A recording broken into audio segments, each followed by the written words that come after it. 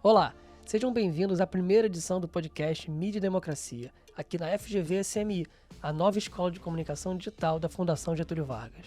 Hoje nós vamos tratar de um tema super relevante e atual, a regulação de plataformas no Brasil. Vamos discutir o projeto de lei 2630 de 2020, que tem sido amplamente discutido nas redes sociais e também no Congresso. Para nos ajudar nessa conversa, nós vamos contar com duas especialistas do tema, a Viviane Tavares e a Yasmin Curzi. Bom, antes de começar, queria só fazer um disclaimer que a FGV sempre nos instiga a dizer. É importante reforçar que todos os convidados autorizaram o uso de suas imagens e vozes neste podcast. E é sempre importante lembrar que as opiniões aqui retratadas são individuais e não necessariamente refletem o posicionamento da Fundação Getúlio Vargas. Então, queria agradecer a vocês. Olá, Yasmin. Olá, Viviane. Tudo bem? Olá, Vitor. O prazer é meu de estar aqui. Em nome do Intervoz, agradeço o convite, ainda mais para inaugurar um podcast com um assunto realmente tão importante e tão quente na sociedade, viu? Boa sorte para a gente aí no debate. Obrigada aí mais uma vez pelo convite. Muito obrigada, Vitor. É um prazer estar aqui com vocês, inaugurando esse podcast. Prazer também conhecer a Viviane Rodrigues aqui pessoalmente pela primeira vez. Enfim, esperamos que tenhamos aqui Espero que tenhamos uma boa conversa. É um tema muito complicado, muito difícil de ter respostas fáceis. Tem muitas promessas de respostas fáceis, mas não tem uma resposta única, muito menos um projeto de lei único capaz de lidar com esse tema. Maravilha. Então eu queria começar com a pergunta mais difícil de todas. Para todo mundo, né? Quando a gente começa a falar sobre o debate de regulação, tem muitas opiniões, tem muitos projetos, tem muitas ações, mas em primeiro lugar, eu queria que vocês tentassem desvendar para a gente o que significa falar de regulação de plataformas, o que é exatamente falar sobre regulação de plataformas. Acho que eu posso começar com essa. Quando a gente fala em regulação de plataformas, no geral, a gente está se referindo ao estabelecimento de regras, de regulamentos que vão governar as plataformas digitais. Antes de mais nada, a gente precisa falar o que a gente está falando quando a gente se refere a plataformas digitais. Plataforma é um conceito que vai servir para designar qualquer tipo de infraestrutura que vai fazer uma intermediação de um serviço, de um terceiro em relação a esse serviço. A gente fala também de plataformas não só no sentido das plataformas digitais, as plataformas físicas, né? Plataformas de petróleo, plataforma de comunicação, pode ser um jornal físico, um jornal virtual, um jornal de televisão, jornal televisivo. Então, plataforma serve para designar todo esse escopo de serviços que servem para essa intermediação. Plataformas digitais, a gente está se referindo a serviços de aplicações, software, que vão intermediar serviços e produtos de terceiros e também a comunicação digital. Então, quando a gente está falando de regulação de plataformas digitais, isso que está pipocando o tempo todo na televisão, a gente está se referindo muitas vezes não à regulação, por exemplo, do iFood, até tem um PL sobre isso, regulação de serviços de e-commerce, né, da Amazon ou outras plataformas que fazem esse tipo de serviço. A gente está falando no PL 2630, que é o principal PL que está em discussão no momento, de redes sociais, né, de aplicativos de mensageria privada, redes sociais e mecanismos de busca, né, serviços de busca. Então, a regulação de plataformas digitais envolve ali, primeiro, a regulação da atividade do Estado de legislar e de estabelecer regramentos, procedimentos para que as plataformas se orientem, sejam normatizadas em relação ao ordenamento jurídico de um país. Mas essa regulação também pode se dar de uma forma privada. E é o que a gente chama ali de autorregulação. Tem esse prefixo, né? Autorregulação das plataformas. Então, esse também é um outro nome, que é uma regulação que já existe, que as plataformas operam no nível infraestrutural, na arquitetura técnica, por meio dos seus códigos, e ficou muito célebre a frase da obra do Lawrence Lessig e do Joel Heineberg, que é Code's Law, que o código das plataformas substancia essa infraestrutura técnica, a arquitetura técnica substancia como que as relações vão se consolidar ali dentro. Qual comportamento que um usuário deve ter dentro de uma plataforma. Para além dessa arquitetura técnica, a gente está falando aqui de códigos, né, da infraestrutura da própria plataforma, da interface da própria plataforma, do que vai ser permitido ou não nesse nível infraestrutural, a gente também vai ter os termos de serviço e as políticas de comunidade. E essas regras também vão estabelecer regras de comportamento, uma regulação dos comportamentos que os usuários vão poder ter ali dentro. O papel da regulação no nível estatal, no nível de produção legislativa do Estado, deve servir tanto a uma normatização dessas atividades de autorregulação privada, que muitas vezes podem estar em descompasso com valores que os Estados querem promover. Por exemplo, se uma plataforma tem um compromisso muito forte com liberdade de expressão, acaba adotando comportamentos que podem acabar violando direitos fundamentais de outras pessoas, né? Uma liberdade de expressão absolutista, por exemplo, né? Uma perspectiva absoluta da liberdade de expressão.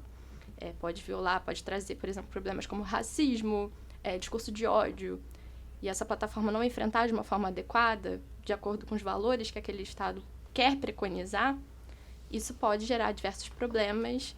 E a regulação também pode servir para justamente trazer essa harmonização de como que a plataforma deve criar essas regras. Para além da regulação também em nível estatal, a gente vai ter uma regulamentação no nível internacional. E aí a gente tem um papel muito grande da Relatoria Especial da ONU para a Liberdade de Expressão e Opinião. O David Kaye tem um documento célebre dele de 2018, uma relatoria especial dele em 2018, em que ele trata ali justamente como que a regulação dos estados deve se dar para não intervir de forma excessiva na liberdade de expressão, mas também quais comportamentos as empresas de comunicação digital, as empresas de plataformas digitais devem adotar para não violar direitos fundamentais, o direito internacional dos direitos humanos, como orientador para essas políticas das plataformas. Então, um pouco esse é o panorama geral da regulação de plataformas digitais. Espero ter respondido a pergunta adequadamente. Falei que era difícil, mas... Pois ficou difícil para mim agora, como complementar. Bom, acho que a Yasmin trouxe esse panorama geral, né? Mas até trazendo recorte, assim, por que isso agora, por que isso no Brasil e como a gente tem inspirado, né? Vem com inspiração de outros países.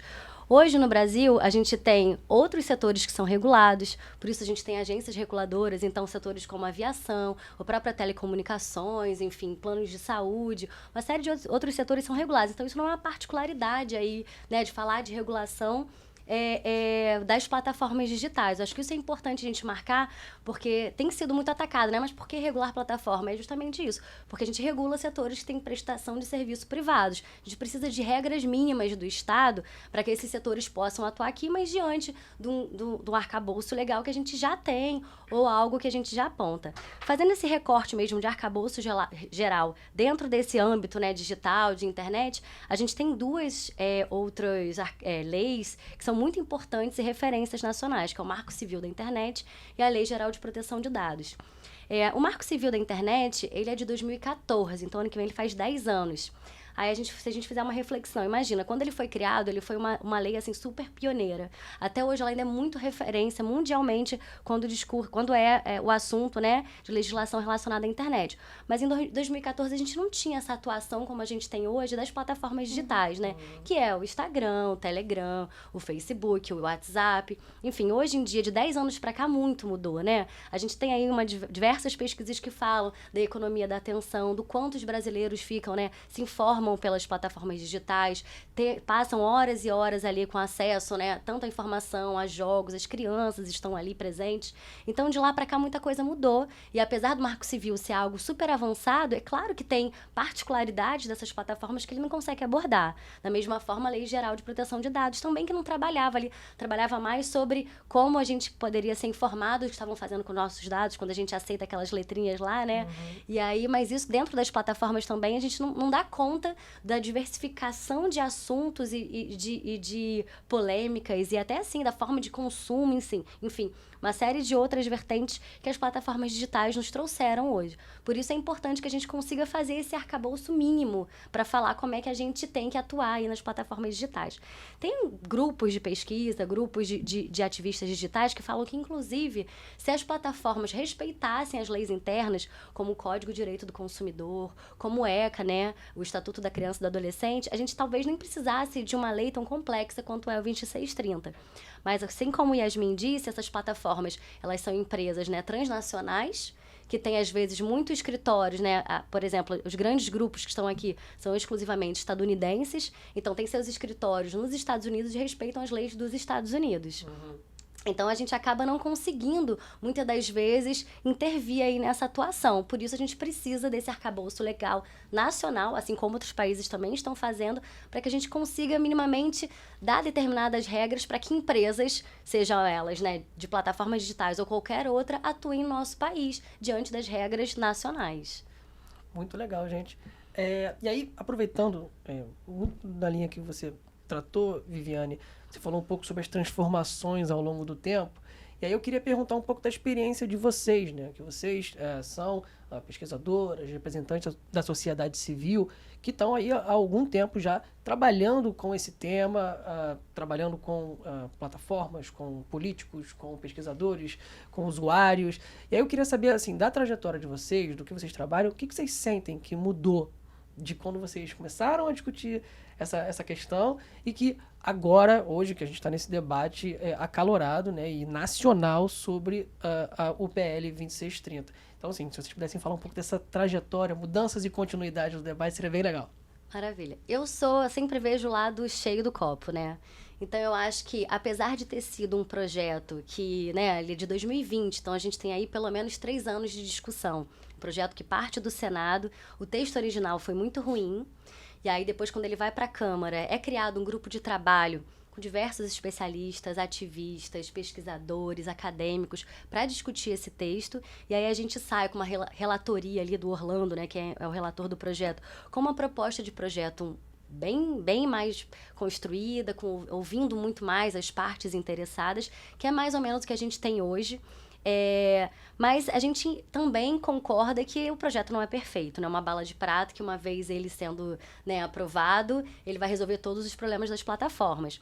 Então, eu entendo que esse espaço, como aqui, é muito importante para que todo mundo consiga discutir esse projeto. Então, é isso, né? Ele parte do Senado de um jeito, ele é transformado na Câmara, já vem com uma outra proposta, ainda está em aberto discussões de alguns caminhos, né? Por exemplo, remuneração do jornalismo, direito autoral, imunidade parlamentar, são assuntos, assim, polêmicos que, né, às vezes dificultam até o debate, porque às vezes um artigo de um projeto de lei que tem mais de 50 embarrera uma discussão, porque as pessoas pegam naquele artigo e a gente sabe que às vezes o artigo sai, entra, recebe emenda, a gente pode negociar, né, e é o que está sendo feito, assim, muita negociação do texto, da letra da lei, mas é isso, assim, eu acho que a população é um PL, eu diria, que é um dos mais importantes hoje, que está sendo discutido, não à toa, né? A gente tem desde as plataformas digitais se posicionando, o Google colocando uma série de patrocínios, a própria Organizações Globo se posicionando, e aí entidades sindicais, entidades de jornalistas também, ativistas e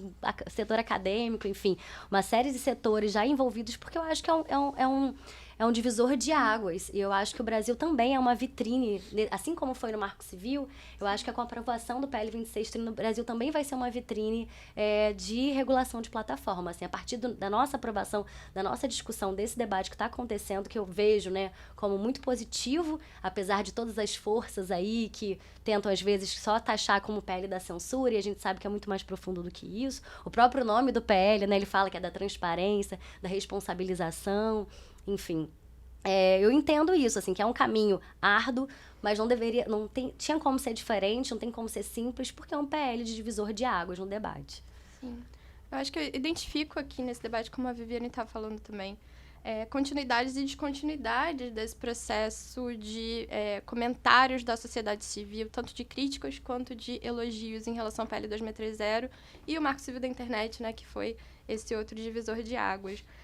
A gente identifica, por exemplo, uma argumentação na verdade, até mesmo anterior ao Marco Civil da Internet, qualquer tipo de regulação de mídia, qualquer tentativa, qualquer iniciativa legislativa que venha a querer regulamentar a mídia é apelidado de censura.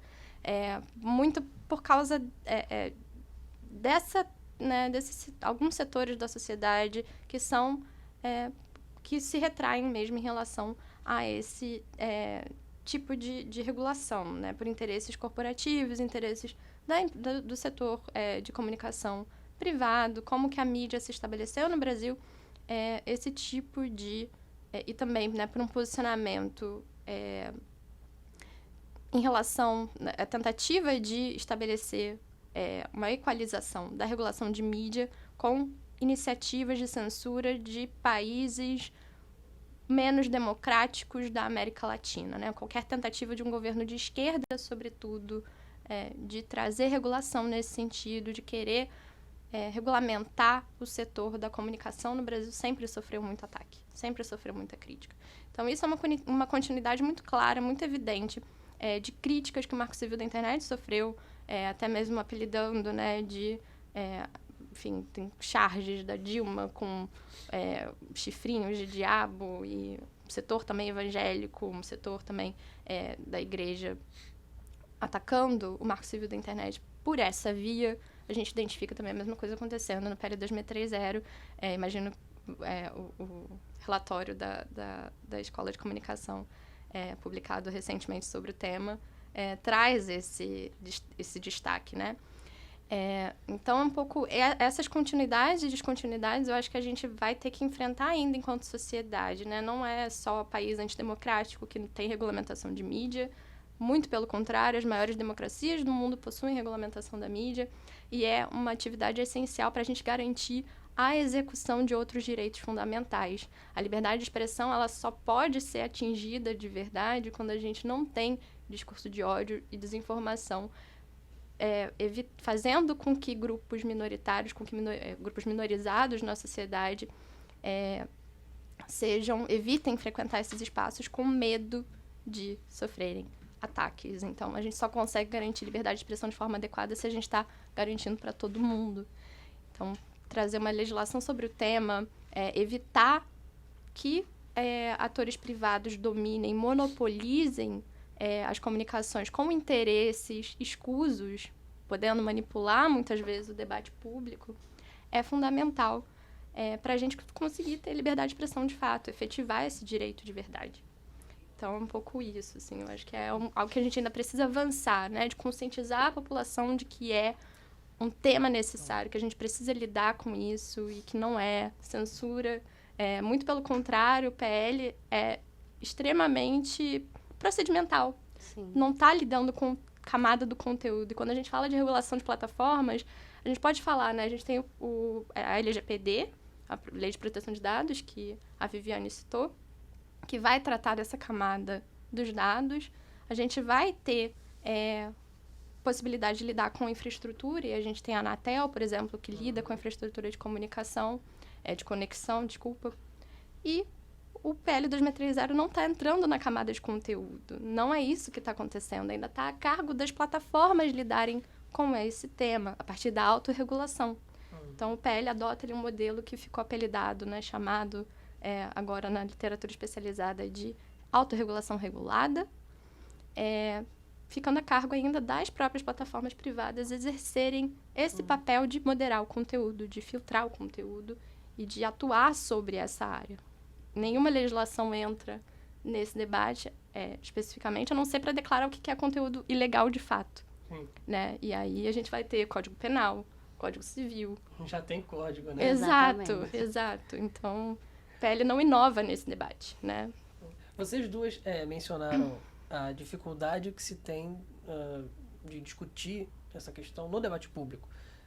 É um projeto que envolve uma questão técnica do direito, uma questão, uma reflexão, né, sobre o que são, sei lá, o que é o discurso de ódio, o que são os conteúdos que podem ser potencialmente danosos e como lidar com isso. Tem uma questão de algoritmos.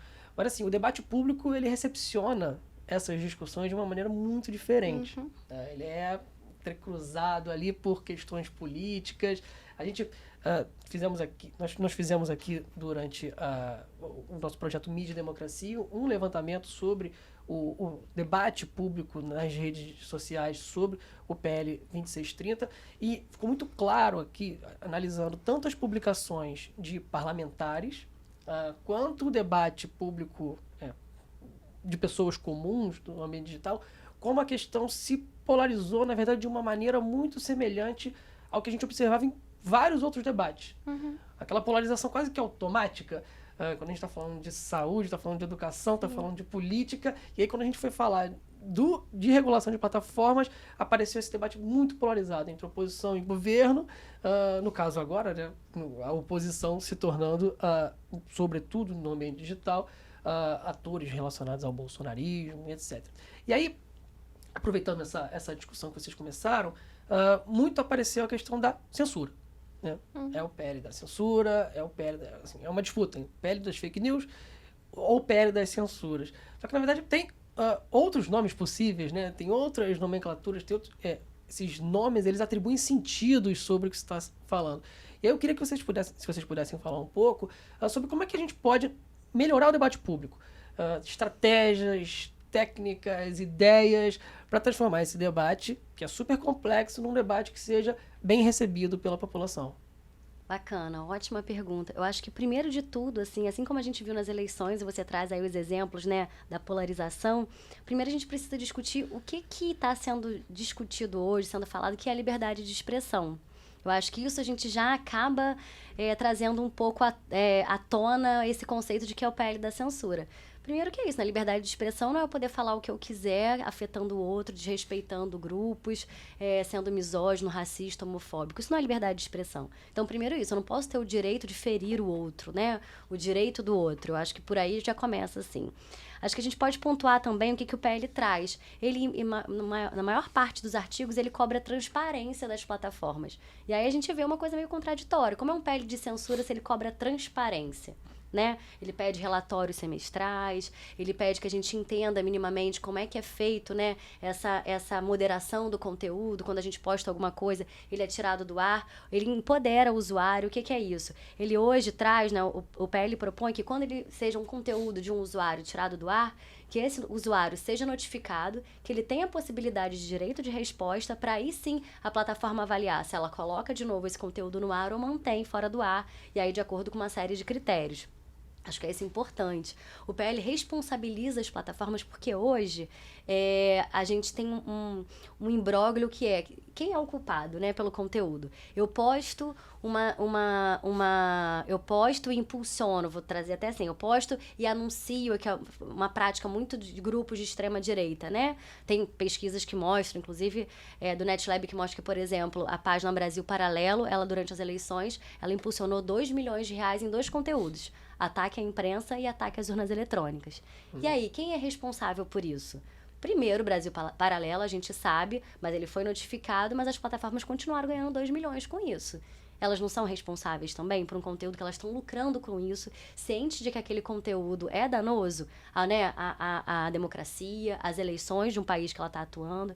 Então, o PL tenta ajustar de determinadas maneiras isso. Conteúdos impulsionados, conteúdos, por exemplo, relacionados ao 8 de janeiro, né? Que foi, claramente, saiu agora uma série de pesquisas mostrando que foi muito impulsionado e combinado dentro das plataformas. Então, em determinadas situações, como a Covid, enfim, determinados assuntos, assim, que as plataformas, cientes de que aquilo já é danoso para a sociedade, para a democracia, para a saúde global, que elas tenham que se responsabilizar, porque é uma opção delas não tirar aquilo do ar, uma vez sabendo e consciente de que aquilo é prejudicial. Então, eu acho que é isso, né? Quem não quer aqui que não circule para os suas crianças e adolescentes abuso sexual. Eu acho que é um consenso, assim, né? Eu acho que até quem é de extrema direita, mas também de grupos religiosos que são a favor da família, não quer que seus adolescentes e suas crianças fiquem expostos a determinados conteúdos. Eu acho que um exercício bacana que a gente tem tentado fazer é o que você gostaria que tivesse acesso na vida real. E aí você vai e faz essa transferência para um ambiente digital. Se na vida real você não consegue, né, lidar com aquele tipo de xingamento, conteúdo, abuso, no digital também não pode ser permitido. Tem um vídeo que eu achei muito interessante que pega de uma parlamentar negra, que ela começa a ler os insultos que ela recebe nos comentários. Insultos daquele, provavelmente, se fossem feitos no ambiente real, ali no tete-a-tete, as pessoas seriam encaminhadas contra racismo, contra a misoginia, enfim, como discursos misóginos, mas no ambiente digital isso não tem ali um parâmetro. Então, eu acho que o PL traz isso. Não é que a gente está censurando, não. A gente está querendo replicar minimamente leis, né, já muito acordadas no nosso ambiente real, vamos dizer assim, para o ambiente digital. Eu acho que esse exercício é interessante, assim, da gente fazer, que eu acho que ajuda a popularizar e dialogar com as pessoas. Não é nada além do que a gente não permitiria numa conversa de frente a frente, eu acho, né? Muito legal. Eu concordo perfeitamente com a Viviane. E é isso, o PL ele vem para trazer direitos para os usuários e deveres para as plataformas. Devido processo substantivo, né? Informar para a população que ela vai ser capaz de entrar com um pedido para a plataforma para explicar por que determinado conteúdo foi removido, foi moderado, não está chegando à audiência, né? Como influenciadores falam, não está sendo tão visualizado. Isso tudo é importante, né? Um processo de maior transparência e prestação de contas das plataformas. E é uma reclamação muito forte, muito presente no discurso de pessoas que são opositoras ao PL 2630, alguns influenciadores, né, que se posicionaram bastante contra o PL 2630 recentemente, falar da censura, mas ao mesmo tempo, agora, né, fala que o PL simboliza censura, mas ao mesmo tempo, quando sofreram moderação durante as eleições, principalmente durante o ano passado, acusavam as próprias plataformas de censurarem o seu conteúdo. É lógico que a gente tem ali um certo interesse desses atores eles entendem muito bem o que eles estão falando. Eles não estão sendo ingênuos de achar que o PL está censurando. Logicamente, muitos deles estão atuando de uma forma escusa, mesmo servindo ali interesses de outros setores específicos. Mas um pouco para a sociedade em geral, é necessário a gente divulgar, fazer esse tipo de comunicação para que ela entenda que ela vai ter direitos perante esses atores que hoje em dia monopolizam serviços, né? Tem ali uma tendência monopolística das principais plataformas, elas lucram em cima dos dados dos usuários, né? Engajam conteúdos com base na atenção do usuário, de uma forma que às vezes é extremamente nociva, enfim, né? Violando privacidade, uma série de outros direitos. E é importante a gente tentar levar essa informação de uma forma, né, clara para a população em geral.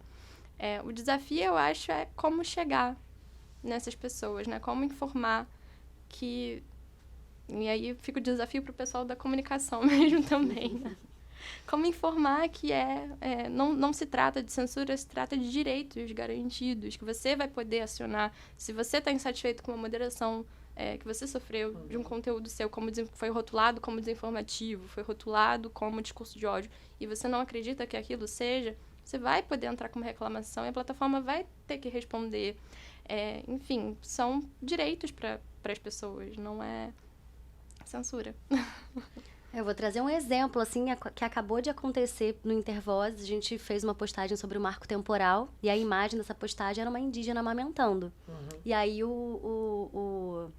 a foto, né, o card lá foi tirado do ar. A gente tentava compartilhar e não saía. E aí a gente tentou explicações. Mas por quê? Provavelmente é porque eles enquadraram como uma cena de nudez, porque tinha um seio de uma mulher amamentando. Mas primeiro, né, não leva em consideração a cultura nacional, né? A gente tem a população indígena. Não leva em consideração as mulheres, que é uma prática, né, mais do que comum e chega de censura de amamentação. Enfim, mas a gente não teve como reclamar. Isso é uma organização de direito à comunicação, que tem até uma voz aí diferenciada, porque a gente pode colocar uma postagem, acusar a plataforma, mandar uma notificação, mas ainda assim a gente foi censurado. Imagina o que acontece recorrente com um usuário comum, como eu, como você, enfim, que às vezes sai o conteúdo do ar, às vezes fica suspenso dias de uma determinada rede social e não tem como recorrer. Exato. Então, isso não é censura, pelo contrário, né? Isso é empoderar essa pessoa que é usuária, cliente, enfim, dessa determinada rede social, plataforma digital, como seja. Legal demais. A gente também recebeu, ao longo da semana, nós abrimos uma caixa de perguntas no nosso Instagram E aí fomos coletando perguntas de internautas, seguidores, interessados sobre o tema. Eu queria trazer aqui uma pergunta feita por um internauta, que vou tentar. A pergunta é a seguinte: existem outros projetos para a regulação de plataformas além desse PL? Isso é interessante, né? Porque a gente fala de problemas. Aqui é problemático. Não tem outro? Não pode pegar outro? Por que a gente escolheu esse? E se vocês pudessem responder, seria legal. Bom, o próprio 2630 já foi pensado uma série. Eu não lembro de quantidade, assim, mas eu sei que são mais de 20. 90 emendas agora. Recebeu 90 emendas e já foi pensado mais de 20 projetos de lei para consolidar esse texto que foi o 2630. Fora isso, existem muitos outros projetos que não necessariamente são enquadrados como regulação de plataforma, mas passam pela temática. Muitos deles criminalizando o usuário. Então, esses são tipos de projetos que a gente tem que ter cuidado. Esses acontecem muito em Assembleia Legislativa Estadual, Municipal, que é o caminho natural e mais senso comum. Se você está propagando uma fake news, uma desinformação, que você seja o responsável por ela e você seja enquadrado por ela. Mas, na verdade, a gente vê que é muito mais complexo que isso, né? É uma indústria da desinformação. As pessoas lucram, as plataformas fazem disso um negócio. Existem parlamentares que, né, sabem utilizar muito bem isso. A gente viu nas eleições, a gente vê em outros projetos também. Então, a gente tem que tomar muito cuidado. Mas, assim, existe só o projeto 2630 já traz aí dezenas de outros projetos de lei que foram pensados. Isso, se a gente contar na Câmara, no Senado, nas Assembleias Legislativas, diria que são mais de 100, assim, com conforto. Sim. O PL 2630 foi meio que venceu, né, no debate, porque contou com a opinião de diversos especialistas ao longo desse processo, como a Viviane relatou aqui pra gente. Mas a gente também tem outros PLs surgindo para tentar fazer com que o PL 2630 caia. E aí refletindo também o interesse de atores específicos, por exemplo, a Frente Digital, né, na Câmara, que é constituída aí por atores mais vinculados ao setor empresarial. Então, esse PL, especificamente, ele está ali refletindo interesses das plataformas. Não necessariamente vai ser um PL positivo para os usuários. Então, isso tudo também a gente precisa ter bastante cuidado. O PL 2630, ele veio muito ruim do Senado, como a Viviane falou também, tinha ali criminalização de disparo de desinformação, não só, né, para para essas indústrias que criam a desinformação, mas para qualquer pessoa que compartilha. Rastreabilidade, ou seja, quebra de criptografia, para se chegar ao a primeira pessoa que enviou a mensagem, rastrear toda essa comunicação, que é muito ruim para a liberdade de expressão e para a sociedade civil, principalmente para movimentos sociais. Então, ele veio com essas coisas horrorosas para direitos digitais. E agora está muito melhor, porque contou com a opinião de diversos especialistas. A gente está falando não só especialistas da academia, mas da sociedade civil, enfim, da imprensa, pessoas das próprias plataformas também que são interessadas em melhorar esse debate, que querem uma boa regulamentação como uma forma, né, de segurança jurídica, né? Então, também contou com a opinião dessas pessoas ali.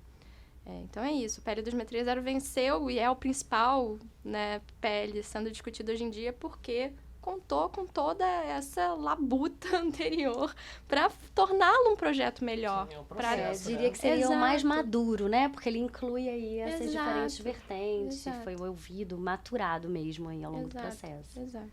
Interessante. Eu queria fazer uma última pergunta também dos nossos seguidores, que se refere especificamente em relação às Big Techs. Se, dentro do contexto do PL, se elas podem ser responsabilizadas criminalmente pela veiculação de fake news, pela circulação de conteúdos de ódio. Assim, atualmente, qual é o estado de responsabilização das Big Techs no debate? Vamos lá.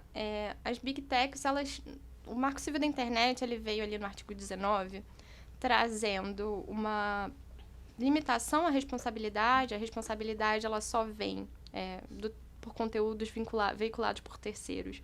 Só vem a partir de uma ordem judicial e é para a pessoa que está compartilhando aquele conteúdo ilegal. Uma ordem judicial... Uma ordem judicial... Vou retomar para não complicar o pessoal da gravação. uma ordem judicial específica, a partir de 24 horas que a plataforma não obedeceu à remoção desse conteúdo, ela pode ser responsabilizada de forma solidária de forma subsidiária, em relação ao conteúdo que foi postado por esse usuário de forma ilegal, né? Um conteúdo ilegal. O PL 2630, ele não altera esse regime de responsabilidade das plataformas. Elas continuam sendo responsáveis de forma subsidiária, assim como determina o artigo 19 do Marco Civil da Internet, com 2 exceções ali para direito autoral, que tem ali um regime de notificação e retirada do conteúdo específico também, e para conteúdos de imagens íntimas não consentidas, que é o artigo 21 do Marco Civil da Internet. O PL 2630 não mexe nesse regime de responsabilidade. O que ele vai fazer nessa versão, né? A gente está aqui gravando esse podcast em junho de 2023, na versão que a gente tem até agora, ele vai trazer, no artigo 6º, né, na versão que foi divulgada pelo relator, uma alteração específica para quando a plataforma anuncia, quando ela está lucrando a partir de anúncios ou de impulsionamento desse conteúdo ilegal. E aí ela vai ser responsabilizada solidariamente, né? De uma forma conjunta com o usuário que está postando, está compartilhando, comprou aquele anúncio, né? E o conteúdo é ilegal. Sim.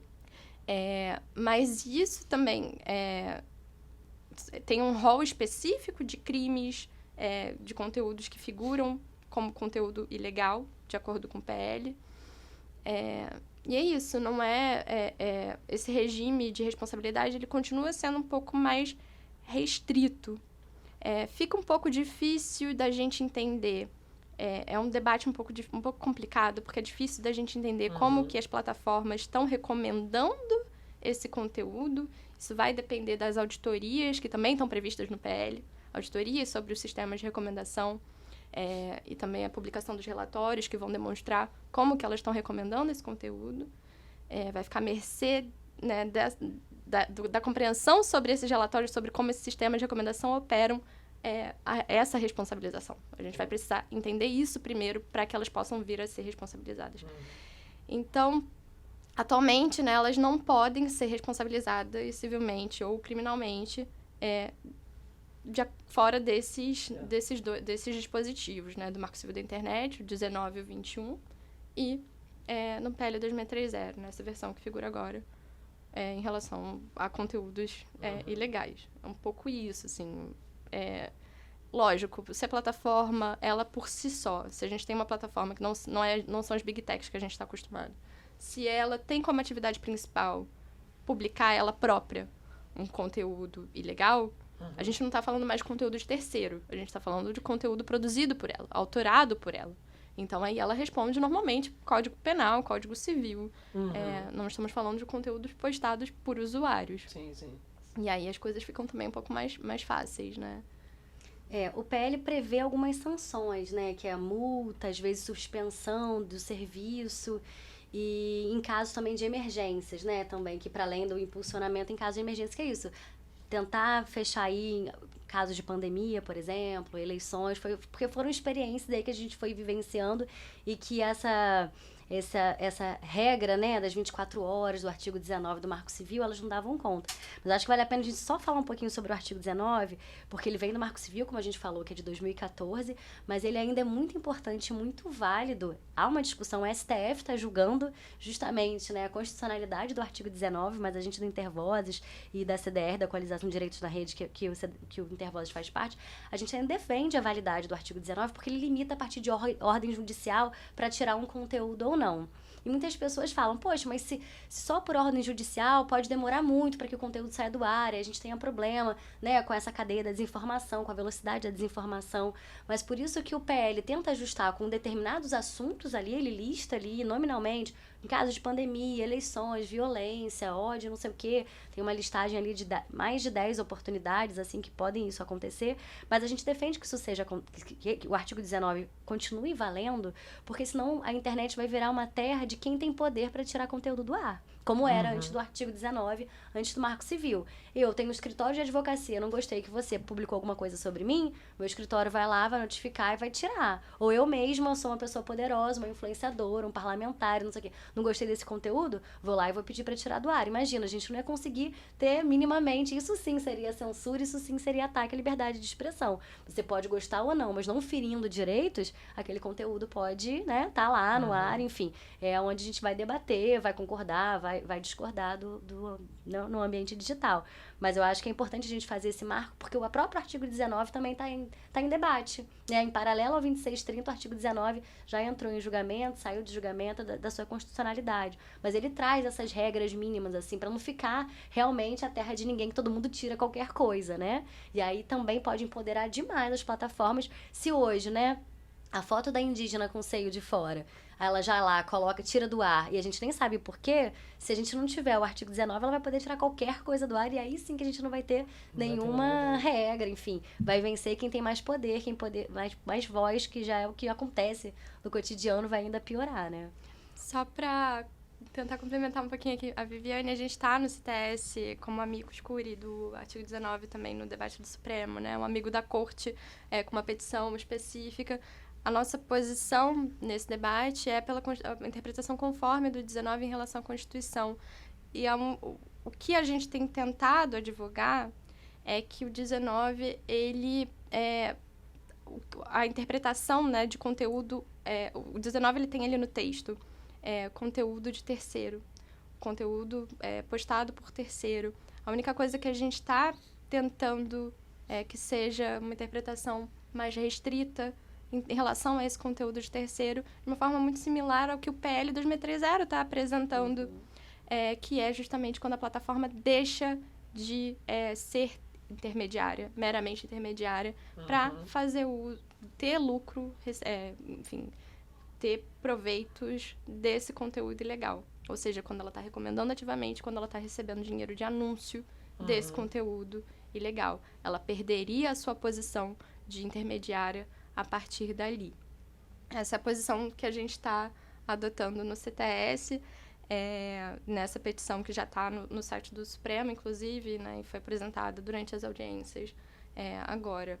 Mas é isso, o 19 ele precisa ser protegido, porque a gente precisa que o judiciário ainda continue sendo esse último decisor, não dá para deixar tudo à mercê das plataformas resolverem, decidirem, ponderarem o que é um direito fundamental e o que não é. O judiciário precisa continuar sendo esse ator que vai decidir, principalmente quando um direito está sendo violado, quando não está, para não deixar tudo à mercê dos atores privados, né? Então, tem um controle social mais profundo, né? Mais determinado sobre o judiciário do que sobre as plataformas, ainda mais sem uma lei que possa trazer esse controle social, que é isso que o PL 2630 tem tentado trazer também. Então, enquanto a gente não tem o PL, a gente precisa tentar atuar em outras frentes para fazer com que esse ambiente seja conformado ali a uma legitimidade democrática básica, né?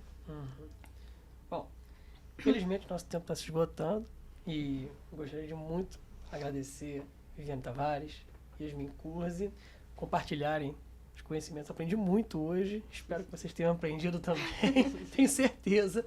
E eu queria só perguntar para vocês se tem alguma consideração final, se gostariam de falar mais alguma coisa, só para a gente finalizar aqui com palavras finais.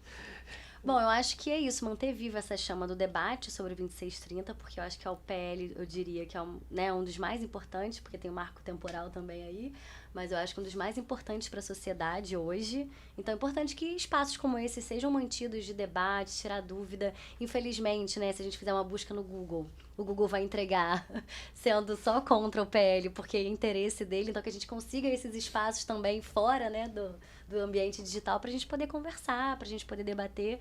Acho que é importante esse empoderamento mesmo da sociedade em relação a isso, porque é onde tem hoje em dia, né, o debate público, a atenção, o nosso consumo, enfim. E agradecer mais uma vez esse espaço e me colocar à disposição para a gente continuar falando sobre isso. Queria agradecer a vocês aqui pelo convite. É um debate muito complicado e muito caro para mim.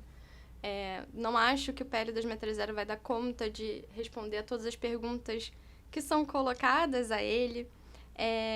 Mas é isso, eu acho que a gente precisa continuar debatendo, tentando trazer para a população essa ciência de que o PL está trazendo direitos e legitimidade democrática mínima para as redes sociais, para as plataformas digitais. Então, é um PL que traz mais direitos para a gente. Então, é um pouco isso.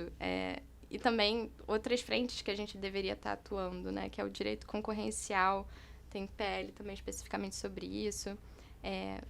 A gente precisa falar sobre o monopólio dessas grandes companhias, sobre soberania digital do Brasil, né? Possibilidade de competir de fato nesse mercado e de não ter os nossos dados colonizados, extraídos e alimentando essa máquina do caos, né? Como o Max Richter titulou o livro dele. É isso. Obrigada, gente. Maravilha. Muito obrigado, Viviane e Yasmin, pelas contribuições.